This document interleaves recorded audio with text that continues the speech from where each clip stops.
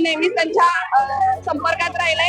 9 वर्ष जेवढे प्रभागात शक्य आहे तेवढे कार्यक्रम केले. मला भारतीय जनता पार्टीने जिल्हाध्यक्ष म्हणून माझ्यावरती ती जबाबदारी दिली. मी सर्वप्रथम माझ्या प्रभाग क्रमांक 15 मधील सर्व लोकांना मनापासून धन्यवाद देते. क्रमांक 15 मधून भाजपच्या वर्षाताई ढेकळे या विजयी झालेल्या आहेत आणि त्या आता सध्या नवराष्ट्राशी बोलतात. वर्षाताई, काय सांगाल? आपण 15 प्रभागामधून विजयी झालेले आहात आणि मोठ्या मताधिक्याने विजयी झालेले आहात. काय एकंदरीत आपली भावना आहे? आज असं म्हणता येईल की 9 वर्षांची प्रतीक्षा पूर्ण झाली. 5 वर्षानंतर इलेक्शन लागणार होतं, पण ते 9 वर्षावरती गेलं आणि प्रभाग क्रमांक 15 मधून मला कमळ चिन्हावरती उभं राहण्यासाठी मी उमेदवार म्हणून इच्छुक उमेदवार म्हणून होते आणि मला पक्षाने संधी दिली. त्याबद्दल मी सर्वप्रथम आमचे रवींद्र चव्हाण साहेब आणि महायुतीचे उदय सामंत साहेब यांचे मनापासून धन्यवाद मानते आणि प्रभागातील सर्व लोकांना मनापासून धन्यवाद देते की मी नेहमीच त्यांच्या संपर्कात राहिले. 9 वर्ष जेवढे प्रभागात शक्य आहे तेवढे कार्यक्रम केले.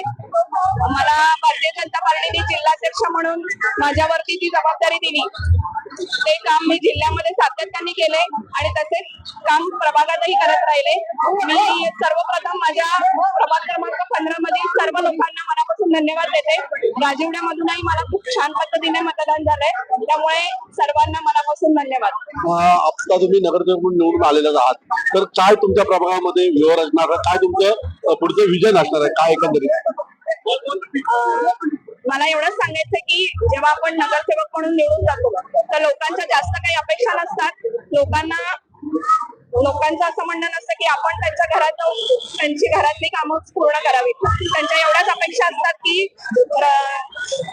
चांगले रस्ते, खड्डेमुक्त रस्ते, पाणी पुरवठा, व्यवस्थित पाणी पुरवठा, लाईट, गटार इत्यादी गोष्टींचं आमचं नियोजन आहे, जे आम्ही याच्या आधीही आम्हाला जेवढं शक्य होत होतं तेवढं आम्ही करत होतो आणि याच्या पुढेही ताकदीने करू. कारण का आता प्रशासनामध्ये गेलो आहे, प्रशासनाची ताकद मिळालेली आहे.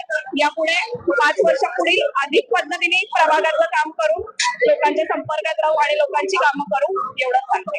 नक्कीच. तर वर्षाताईंनी सांगितलेलं आहे की माणसांच्या मूलभूत ज्या गरजा आहेत त्या त्यांच्या अपेक्षा त्या पूर्ण करण्यासाठी त्या कटिबद्ध आहेत, अशा प्रकारे त्यांनी आपल्याला ग्वाही दिलेली आहे. सचिन सावंत, नवराष्ट्र, रत्नागिरी.